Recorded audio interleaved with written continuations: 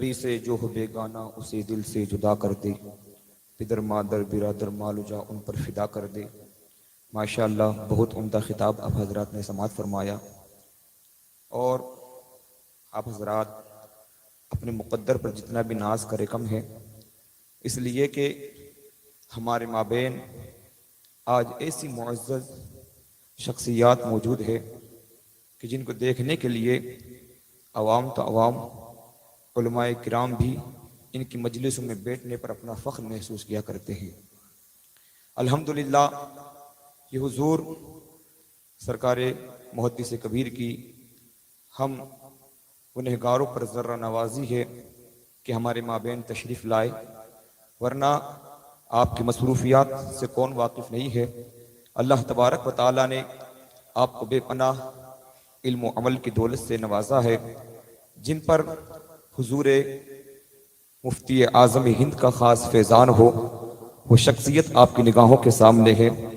حضور حافظ ملت جن پر فخر کیا کرتے تھے، وہ شخصیت آپ کے روبرو ہے، اور حافظ احادیث کثیرہ جو شخصیت ہے وہ آپ کے روبرو ہے، اور میں یوں کہوں ہند و پاک بلکہ ہماری نظر کے اندر روئے زمین پر جو سب سے اعلیٰ اور ممتاز شخصیت ہے، الحمدللہ وہ آپ کے اور ہمارے روبرو تشریف فرما ہے۔ تو آج ہم اپنے مقدر پر جتنا بھی ناز کر کم ہے، اس لیے کہ یہ وہ معزز ہستی ہے کہ جن کے بارے میں علماء ربانیین کے بارے میں جو احادیث پاک کے اندر آیا ہے کہ جس نے ایک عالم دین کا چہرہ دیکھا اس نے نبی پاک کا چہرہ دیکھا، اور جس نے عالم دین سے مصافحہ کیا اس نے گویا مجھ سے مصافحہ کیا۔ وہ کوئی عام عالم دین کے بارے میں نہیں، وہ ایسے ہی عالم ربانیین کے بارے میں آیا ہے۔ تو آج الحمدللہ ہمارے لیے بڑی فخر کی بات ہے، اور ہم اپنی خوش نصیبوں پر جتنا بھی ناز کر کم ہے، اس لیے کہ الحمدللہ حضرت کے علم اور عمل کو میں کیا بیان کروں گا، اور میرے اندر اتنی بساط بھی نہیں ہے، اور میں نے اتنا دیکھا بھی نہیں ہے۔ بس الحمدللہ تقریباً 10 درس حضرت کے ختم بخاری شریف کے جو 10 سال سے میں جامعۃ الرزاق کے اندر سنتا چلا آ رہا ہوں، اولا جماعت سے لے کر تخصص تک میں نے الحمدللہ حضرت محدث کبیر مد اللہ العالی والنورانی کے درس بخاری کے اندر شرکت فرمائی کی ہے۔ تو اللہ تبارک و تعالیٰ کے فضل و کرم سے ہر درس کے اندر ایسے ایسے نکتے بیان فرمائے ہیں کہ اللہ تبارک و تعالیٰ نے آپ کو علم کا دریا عطا فرمایا ہے۔ اور جب گفتگو فرمایا کرتے تھے تو میں نے جو سیمینار کے موقع پر مفتیان کرام آیا کرتے تھے، انہوں نے مجھ سے بھی کہا، کچھ لوگوں سے اور بھی کہا کہ اگر حضرت کی گفتگو اگر ریکارڈ ہوئی تو ہمیں بھی عطا فرمائے۔ تو بڑے بڑے علماء کرام جن کی گفتگو کو سن کر متاثر ہوا کرتے ہیں، وہ شخصیت ہمارے اور آپ کے روبرو ہے۔ اور بڑے بڑے مفتیان کرام سیمینار کے موقع پر اپنے اپنے فیصلے سنا کر جب خاموش ہو جاتے تھے، مگر انتظار حضرت کے فیصلے کا ہوا کرتا تھا۔ جب فیصلہ حضرت فرماتے تھے تو سب کے سب اس پر فیصلہ کر لیا کرتے تھے۔ وہ شخصیت ہمارے اور آپ کے مابین تشریف فرما ہے۔ آئیے حضرت کا استقبال، حضرت کی شایان شان کریں۔ ہمارے پاس وہ الفاظ بھی نہیں کہ حضرت کی شان میں کچھ کہیں، اس لیے جتنا آپ سے ہو سکے حضرت کا استقبال، حضرت کی شایان شان کرے، اور نعرے تکبیر اور رسالت سے حضرت کا استقبال کرے۔ میرے ساتھ آپ اپنے دونوں ہاتھوں کو اٹھا کر حضرت کا استقبال کریں گے، اور یہ بتائیں گے کہ حضرت ہم آپ کے غلام ہیں، آپ کی ہر بات پر لبیک کہیں گے، آج بھی لبیک کہتے ہیں، اور آپ کی جو ملفوظات ہیں، جو آپ کی باتیں ہیں، وہ انشاءاللہ تعالی تا دم حیات اپنے قلب پر اس کو نقش کر لیں گے، اور آپ کی باتوں پر عمل کریں گے، اس لیے کہ ان کی بات ان کی گھر کی بات نہیں ہے، یہ اللہ اور اس کے رسول کی بات پہنچانے کے لیے آئے ہیں۔ آئیے حضرت کا استقبال کریں، نعرے تکبیر۔ کچھ لوگوں کے ہاتھ اٹھے ہوئے، کچھ لوگوں کے نہیں، حالانکہ ایسی معزز شخصیات کو دیکھنے کے بعد میں تو ایمان تازہ ہوتا اور یقیناً ہوتا ہے، اور یہ میرے لیے بڑی شرف کی بات ہے کہ میں آپ کی خدمت میں حاضر ہوں۔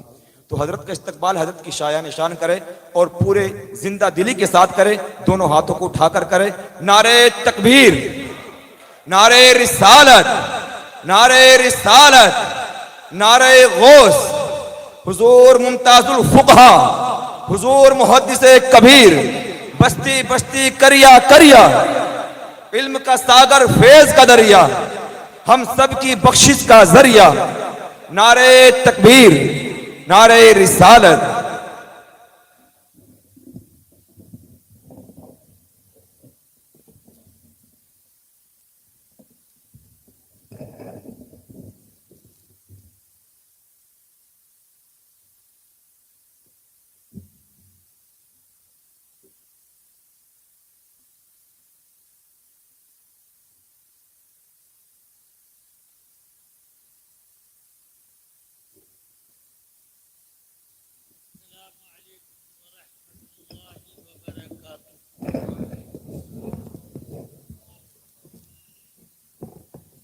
نحمده ونصلي ونسلم على رسوله الكريم.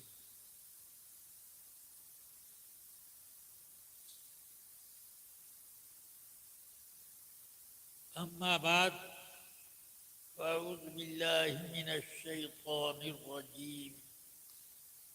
يا أيها الذين آمنوا اتقوا الله وقولوا قولا سديدا. صدق اللہ العظیم. ایک بار درود شریف کا ورد کر لیں. اللہم صلی علی سیدنا و مولانا محمد معدن الجود والکرم وآلہ وصحبہ وبارک وسلم. میرا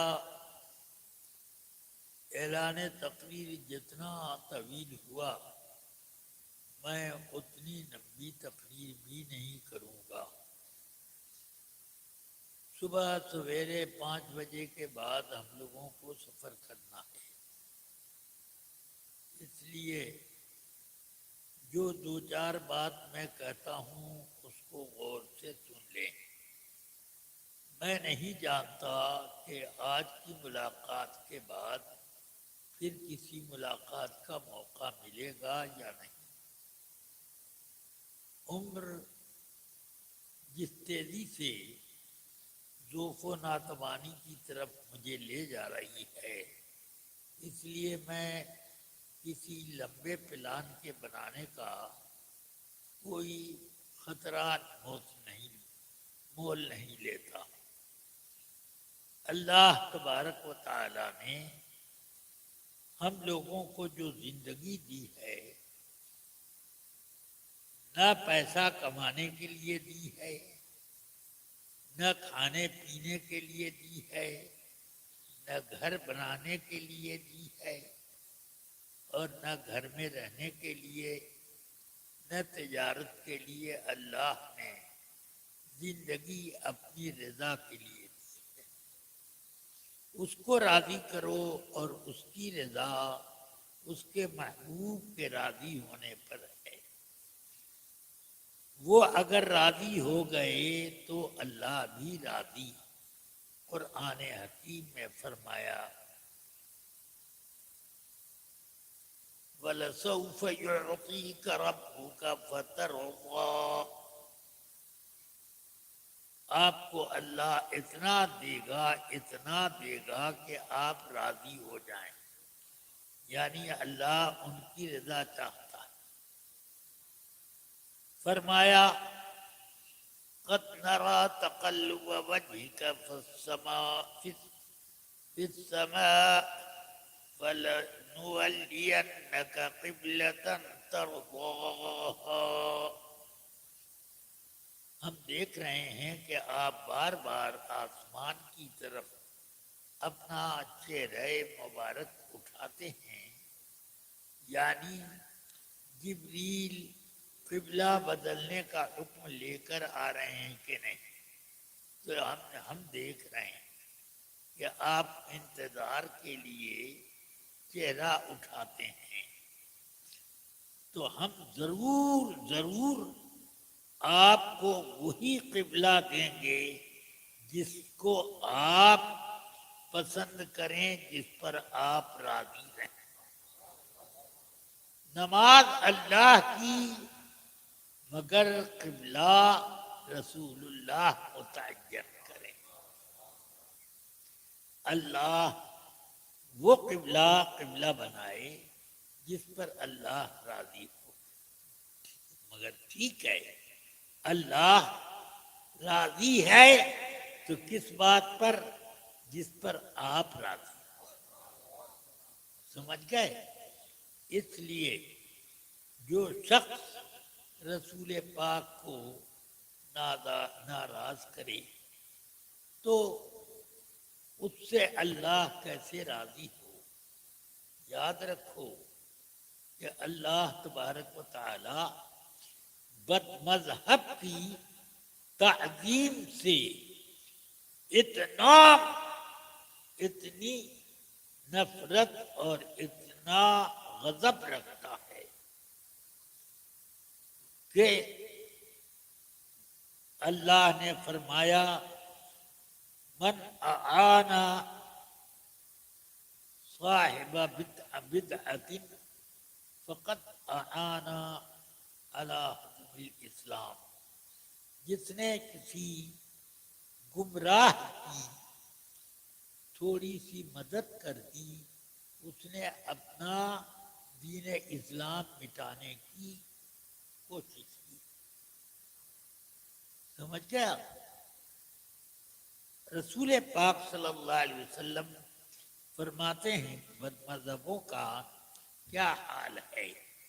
فرماتے ہیں کہ اللہ لا يقبل اللہ منہ صرفا ولا عدلا، اللہ تعالیٰ اس سے نہ نفل کام قبول کرے گا نہ فرض کام، سب اس کے منہ پر مار دیا جائے گا، اس کی کوئی قیمت نہیں ہے۔ تو اب جس کا فرض اور نفل بد مذہب ہے تو قبول نہیں کیا جاتا، تو اس سے آپ ملاقات کر کے کیا قبولیت حاصل کر رہے ہیں؟ اس کی چائے نوشی میں کیا آپ کو عزت مل رہی ہے؟ اس لیے بچو، رسول پاک نے فرمایا ہے کہ میری امت 73 فرقے میں بٹ جائے گی اور سب جہنم میں جائیں گے سوائے ایک کے۔ اس کا مطلب نکلا کہ حق ایک کے ساتھ ہوتا ہے، 72 کے ساتھ نہیں ہوتا۔ سمجھ گئے؟ جو لوگ بڑی بڑی ٹولیاں تلاش کرتے ہیں کہ ادھر بہت زیادہ آدمی ہیں، اس طریقے پر وہ سبق لے لیں۔ کیا انہوں نے کربلا کا واقعہ نہیں سنا؟ یزیدی 22,000 لشکر لے کے آئے اور امام حسین رضی اللہ عنہ ایک لشکری بھی لے کر نہیں آئے، خاندان اور چند دو تین دوست احباب عقیدت مند، کل چھوٹے بڑے ملا کر کے 72 آدمی تھے۔ کیا حضرت امام عالی مقام نے ان یزیدیوں کی اذان پر اپنی اذان چھوڑ دی؟ وہاں کی اذان آتی تھی بالکل صاف آواز، مگر خیمہ امام کی اذان الگ ہوتی تھی۔ سمجھ گئے؟ اور امام نے کبھی یہ نہ سوچا کہ یار 22,000 کی جماعت ادھر اور یہاں 72 آدمیوں کی، چلو وہیں پر پڑھیں گے، بڑی جماعت ہے۔ کبھی ہوا نہیں ہوا۔ تو کبھی ووٹ کی گنتی سے حق اور باطل کا فیصلہ نہیں ہوتا، فیصلہ حق و باطل کا اللہ اور اس کے رسول کی رضا سے ہوتا ہے۔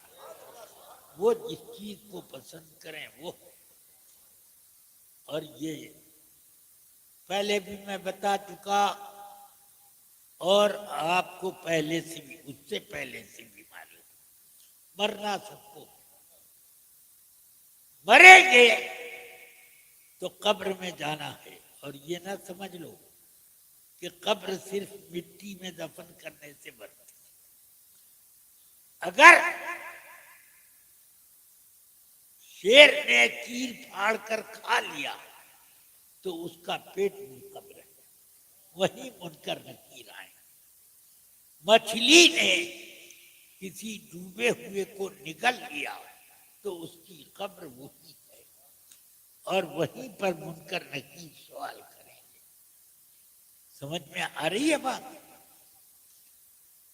جس طرح سب کو موت آنی ہے اسی طرح ہر کلمہ گو کو، چاہے وہ سچے طور پر پڑھے یا جھوٹے طور پر، ہر کلمہ گو کو منکر نکیر کے سوالات سے گزرنا، کوئی اس سے بچ نہیں سکتا۔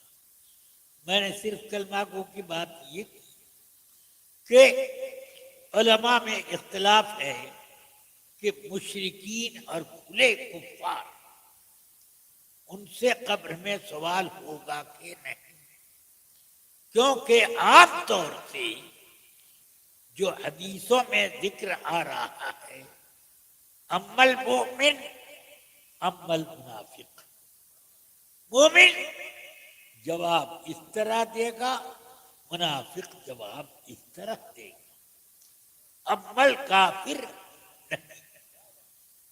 اس لیے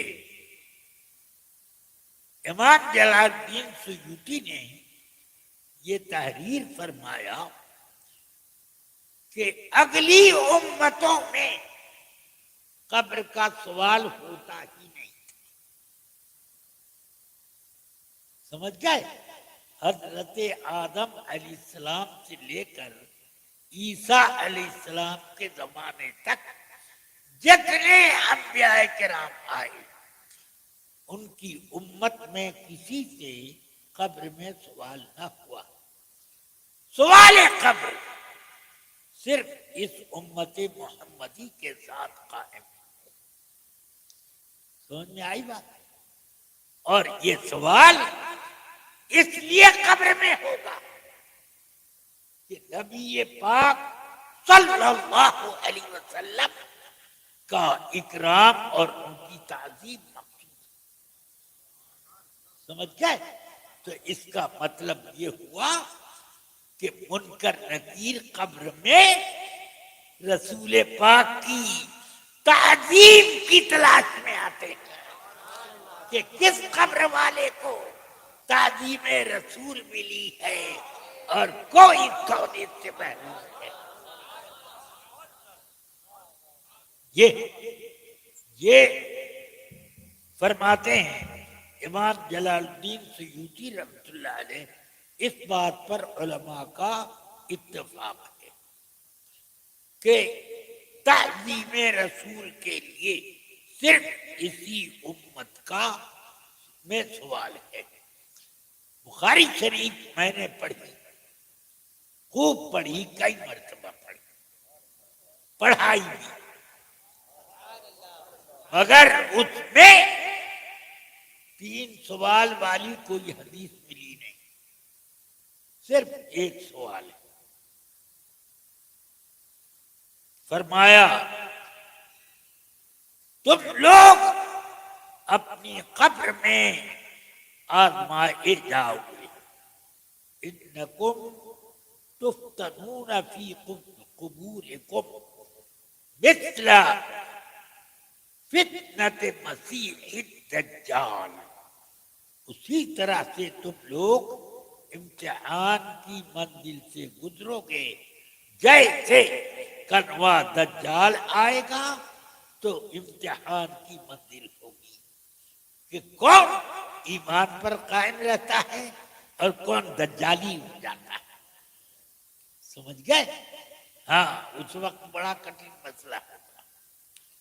تو فرمایا کہ قبر میں یؤتی احدکم، تم میں سے کوئی جب قبر میں پہنچے گا تو اس کے پاس فرشتوں کی حاضری ہوگی۔ تو کیسے؟ فرماتے اما المؤمن، مومن ہوگا تو وہ فرشتہ کہے گا ما تقول فی ھذا الرجل، اور بعد میں یہ ما کنت تقول فی ھذا الرجل، پہلے روایت پر مانا تم ان شخصیت کے بارے میں کیا کہتے ہو؟ اور دوسری روایت میں جس میں کنتا کا لفظ ہے، اس شخصیت کے بارے میں دنیا میں کیا کہتے تھے ان کو؟ اما المؤمن، مومن جو ہوگا وہ دیکھتے ہی کہے گا ہوا محمد رسول اللہ جاءنا بالبینات والہدی فآمنا به واتبعناه ہوا محمد صلی اللہ علیہ وسلم۔ فرماتے آقا کائنات صلی اللہ علیہ وسلم مومن اور صاحب یقین جو ہوگا دیکھتے ہی کہے گا یہ تو محمد ہے، یہ اللہ کے رسول ہیں، ہمارے پاس ہدایت کا اور معجزات کا خزانہ لے کر آئے تھے، ہم ان کے اوپر ایمان لائے، ہم نے ان کی غلامی کی۔ پھر اسی کو 3 مرتبہ دہرائے گا۔ سوال 1 مرتبہ ہوا اور جواب کو مکرر سے کرر کرے گا۔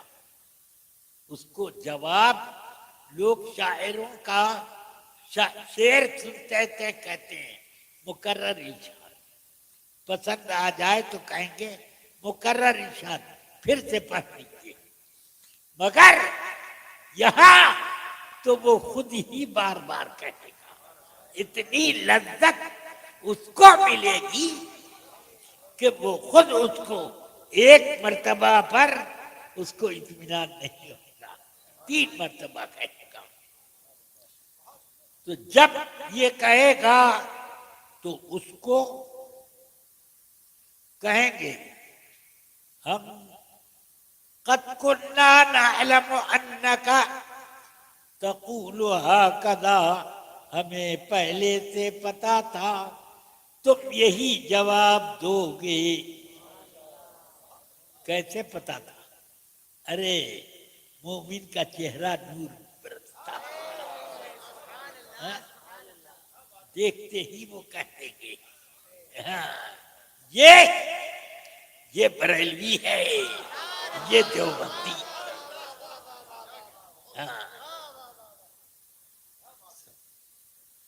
سمجھ گئے؟ اور منافق تو وہ یہ کہے گا لا ادری، ہائے ہائے میں تو ان کو پہچان نہیں پا رہا ہوں، اپنے جیسا جانتا تھا تو اپنے جیسا دیکھتا تب نہ کہتا کہ ہاں وہ یہ ہے۔ وہ بے مثال شخصیت نظر آتی ہے تو اب سمجھ رہا ہے کہ یہ پتہ نہیں کون ہے، پتہ نہیں کون ہے۔ اگر رسول پاک کو بے مثال سنیوں کی طرح وہ سمجھتا تو پہچان جاتا۔ سنی آپ کو دیکھے گا تو اس نے کس کو دیکھا؟ زندگی بھر جس نے ایسا کوئی شخص ہی نہ دیکھا اس کو دیکھا، تب وہ پکار اٹھے گا کہ ہوا محمد۔ سمجھ گئے؟ تو اس لیے آپ سب کو قبر میں ایمان کا سوال کر دینا، قیامت میں جو بھی سوال پہلے ہو، قبر میں نماز کا سوال نہیں ہوگا، قبر میں صرف ایمان کا سوال ہوگا، جانے ایمان کا سوال ہوگا۔ سمجھ میں آئی بات؟ یہ سوال ہوگا۔ اس لیے بچاؤ اپنے ایمان کو۔ فرماتے میرے آقا صلی اللہ علیہ وسلم القبر اول منزل الآخرہ، قبر آخرت کی پہلی منزل ہے، جو اس میں نجات پا گیا آگے اور نجات پائے گا، اور جو اس میں پھنس گیا آگے اور زیادہ پھنسے گا. سمجھ میں آ رہی بات؟ اس لیے قبر کی تیاری پہلے کرو، معاملہ آخرت کا سب سے پہلے یہ ہے. ہاں، یہاں پر کتنی مرتبہ مسجد جاتے تھے، کتنے روزے رکھتے تھے، یہ سب نہیں پوچھا جائے گا. یہاں یہ پوچھا جائے گا کہ اس شخصیت کے بارے میں کیا کہتے ہو یا کیا کہتے تھے. بس یہ سوال. اس بخاری کی حدیثیں 3 صحابہ سے مروی ہیں. اس بخاری میں حضرت سیدتنا اسماء بنت ابی بکر، ان سے یہی حدیث کئی جگہ. حضرت انس ابن مالک، حضرت براء ابن عازب، 3 صحابہ سے بخاری میں یہ روایتیں ملتی ہیں. سب میں ایک ہی سوال ہے. سمجھ میں آئی بات؟ اس کا مطلب ہے کہ قبر میں ایک سوال ہو کہ 3 ہو، مگر بنیادی سوال یہی. سمجھ گئے؟ بس اس کا انتظام کرو. اس میں سارے صحابہ کرام کو میرے آقا صلی اللہ علیہ وسلم نے ہم لوگوں کے لیے معیار بنا دیا. سمجھ گئے؟ فرمایا کہ میری امت 73 فرقے میں بٹ جائے گی، 72 جہنمی، 1 جنتی. تو صحابہ نے جہنمیوں کے نام نہیں پوچھے، صرف یہ پوچھا کہ جو نجات پائیں گے وہ کون ہیں. جہنم میں جو جائیں گے ان کو پوچھ کے کیا فائدہ. بس نجات والوں کا دامن پکڑ کے رہو. تو صحابہ نے پوچھا یہ نجات پانے والے کون لوگ ہیں؟ فرمایا ما انا علیہ و اصحابی، وہ لوگ جو اس طریقے پر ہیں جو میرا طریقہ ہے اور میرے صحابہ کا طریقہ ہے. اپنے طریقے کے بعد صحابہ کا طریقہ بتانے کیا ضرورت ہے؟ کیا صحابہ کا طریقہ کچھ اور تھا؟ ارے کچھ اور بھی تھا. یہ کہو سرکار وضو کرتے تو وضو کا پانی زمین پہ وہ گرنے نہ دیتے، ہو روک لیتے، چہرے پر سینے پر ملا کر دیتے. سمجھ گئے؟ صحابہ کا یہ طریقہ تھا. تو تہذیب نبی یہ صحابہ کا ایک طریقہ. دوسری بات یہ کہ سورہ رسول پاک صلی اللہ علیہ وسلم نے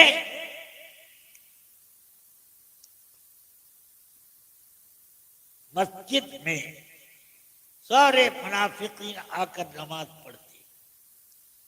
منافق آ کر کے مسجد میں نماز پڑھتے، کسی کو روکا نہیں. سمجھ میں آئی بات؟ مگر قرآن عظیم کی سب سے آخری سورہ سورہ براءت جس کا نام ہے، اور اس کو سورہ توبہ کہتے ہیں. اس سورہ براءت کی ایک آیت اتری تو رسول پاک ممبر پر تشریف لائے. مسجد کھچا کھچ بھری ہے. اب آیت پڑھی، فرمایا اے فلاں ابن فلاں اخرج من المسجد فإنک منافق. مسجد سے باہر نکل، تو منافق ہے. وہ نہیں نکلا تو اس کے چچا زاد بھائی اٹھے اور اس کے سر کے بال پکڑ کے ہاتھ میں لپیٹا اور گھسیٹتے ہوئے لے آئے مسجد کے باہر اور ایک لات زور سے ماری اس کو اور یوں پٹک دیا. فرمایا جانتا ہے میرے آقا نے فرمایا تو نکلا کیوں نہیں؟ خبردار آج سے تیرا قدم مسجد میں نہ آئے ورنہ ابھی تو نکالا ہے تیرا دنیا سے نکالا ہو جائے گا. ہاں ایک اور کا نام لے کر رسول پاک نے فرمایا وہ حضرت ابو ایوب انصاری کا رشتہ دار تھا، بہت قریبی رشتہ دار. انہوں نے اس کی ٹانگ پکڑی اور گھسیٹتے ہوئے اس کو مسجد کے دروازے کے باہر لائے اور کئی لات اس کو ماری اور کہا کہ آج اتنے پر چھوڑتا ہوں، اب اگر کبھی مسجد میں قدم رکھا تو پھر تو زندہ نہیں بچے گا. اس طرح سے کئی صحابہ کرام نے اپنے اپنے قریبوں کو گھسیٹ گھسیٹ کے نکالا. اس کے بعد تو ہر منافق کہتے ہی اخرج فرمایا جلدی سے بھاگے کہ کہیں میری بھی اسی طرح سے گھسیٹائی نہ ہو اور پٹائی نہ ہو. تو سب نکل کے بھاگے. 80 آدمیوں کو سرکار نے مسجد سے باہر کیا. کسی صحابی نے کھڑے ہو کر یہ نہ کہا یا رسول اللہ اس کو معاف کر دیجئے، میں ذرا سمجھاؤں گا بجھاؤں گا، ایک ہفتے تک اگر نہ مانا تو جو سزا چاہے تھی. ایک صحابی تو یہ کہہ دیتا. کسی نے نہ کہا کہ یا رسول اللہ اس کو تھوڑی مہلت دے دیجیے، میں ذمہ لیتا ہوں کہ اس کو میں سمجھاؤں گا. کوئی نہ بولا، کوئی نہ بولا. اس کا مطلب یہ ہے کہ ایسے لوگوں کا کے بارے میں کوئی سفارش کرنی ہی غلط. سمجھ گئے؟ ہاں. اور ایسے لوگوں کی کے بارے میں ہمیشہ یہ سوچنا چاہیے کہ جس نے رسول پاک کی توہین کر دی اللہ کے ہاں وہ اتنا بدبخت ہو گیا کہ اب اللہ اسے توفیق توبہ نہیں دے گا. سمجھ گئے؟ توبہ کی توفیق اس کو نہیں ملے گی. بس اس لیے آپ ایسے لوگوں سے اپنا بائیکاٹ رکھیں، اسی میں سلامتی ہے. ساتھ حضرت ملک الموت ہیں. کہاں ہیں، کتنے فاصلے پر ہیں، یہ کوئی نہیں جانتا. ان کا ہاتھ تو اتنا لمبا ہے کہ 1 منٹ میں جاپان سے لے کر امریکہ تک کتنے لوگوں کو اڑا دیتے. ادھر بھی ہاتھ گیا ادھر بھی گیا. سمجھ گئے؟ ہر طرف. تو اللہ تبارک و تعالی نے ان کو یہ قوت دی ہے اور رسول پاک کی یہ شان کہ ایک وقت میں کتنے مسلمان قبر میں ہیں اور سب کی قبر میں میرے آقا کا جلوہ موجود ہے. قبر میں لہرائیں گے تا حشر چشمے نور کے، جلوہ فرما ہوگی جب طلعت رسول اللہ کی.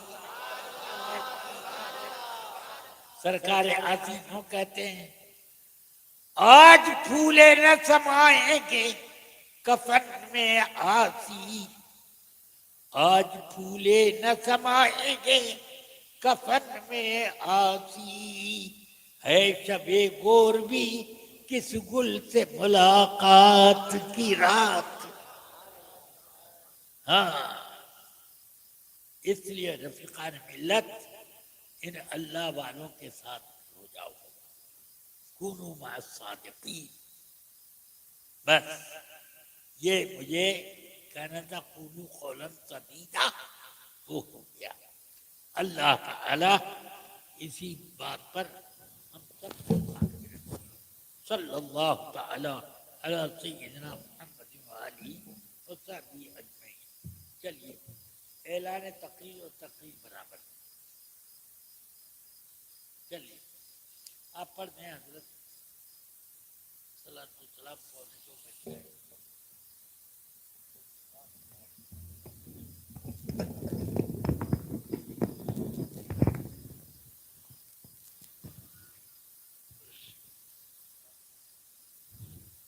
مصطفیٰ جان رحمت پہ لاکھوں سلام، مصطفیٰ جان رحمت پہ لاکھوں سلام، شمع بز میں ہدایت پہ لاکھوں سلام، شمع بز میں ہدایت پہ لاکھوں سلام۔ یہ سہانی گھڑی چمکت طیبہ کا چاند، یہ سہانی گھڑی چمکت طیبہ کا چاند، اس دل افروز ساعت پہ لاکھوں سلام، مصطفیٰ جان رحمت پہ لاکھوں سلام، شمع بز میں ہدایت پہ لاکھوں سلام۔ ہم غریبوں کے آقا پہ بے حد درود، ہم غریبوں کے آقا پہ بے حد درود، ہم فقیروں کی ثروت پہ لاکھوں سلام، مصطفیٰ جان رحمت پہ لاکھوں سلام، شمع بز میں ہدایت پہ لاکھوں سلام۔ ان کے مولا کے ان پر کروڑوں درود، ان کے مولا کے ان پر کروڑوں درود، ان کے اصحاب عطرت پہ لاکھوں سلام، مصطفیٰ جان رحمت پہ لاکھوں سلام، شمع بز میں ہدایت پہ لاکھوں سلام۔ غوث و خواجہ رضا حامد و مصطفیٰ، غوث و خواجہ رضا امجد و مصطفیٰ، اور تاج شریعت پہ لاکھوں سلام۔ کاش محشر میں جب ان کی آمد ہو رہے جسد ان کی شوکت پہ لاکھوں سلام۔ مجھ سے خدمت کے قدسی کہے ہاں رضا، مجھ سے خدمت کے قدسی کہے ہاں رضا، مصطفیٰ جان رحمت پہ لاکھوں سلام، مصطفیٰ جان رحمت پہ لاکھوں سلام، شمع بز میں ہدایت پہ لاکھوں سلام۔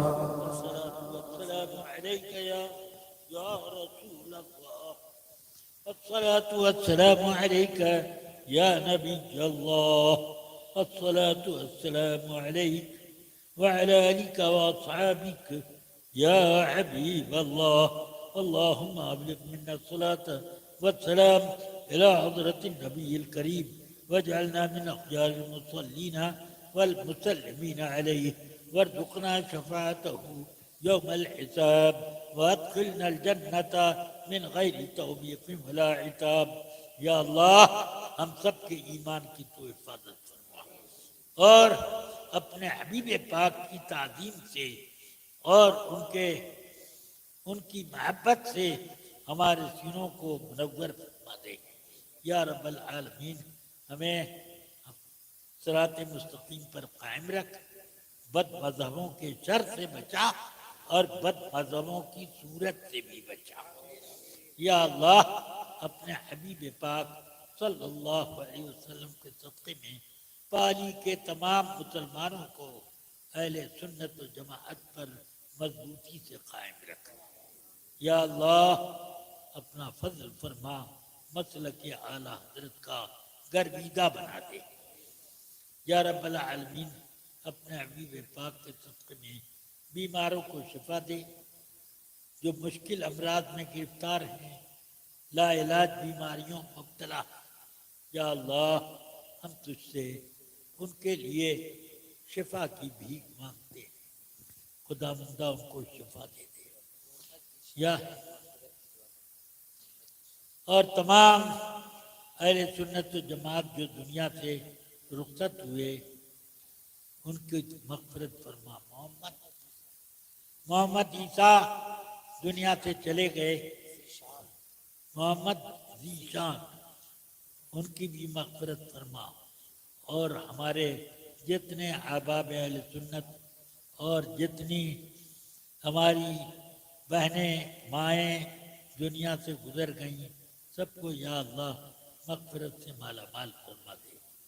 یا اللہ مقروضوں کا قرض ادا کر دے، مسلمانوں کی پریشانیاں دور فرما، اور ہم سب کی اولاد کو یا اللہ مسلک اعلیٰ حضرت سے پر مضبوطی سے قائم رکھ، اور ان کو یا اللہ نیک صالح بنا جو بے اولاد ہیں ان کو اولاد صالح عطا فرما۔ اللهم ربنا آتنا في الدنيا حسنة في الآخرة حسنة وقنا عذاب النار، وصلى الله تعالى وسلم وبارك عليه على سيدنا محمد وعلى آله وصحبه أجمعين۔ الفاتحة۔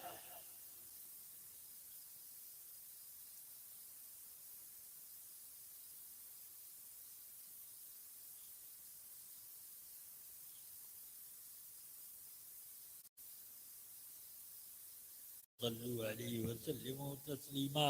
اللهم صل على سيدنا ومولانا محمد معدن الجود والكرم وآله وصحبه وبارك وسلم صلاة وسلاما عليك يا رسول الله۔ سبحان ربك رب العزة عما يصفون وسلام على المرسلين والحمد لله رب العالمين۔ اس جلسے کے قائم کرنے میں اور جلسے کے انتظامات میں حصہ لیا ہے دامِ درم قدم سخن۔ اللہ سب کی جائز مرادیں پوری فرما دے۔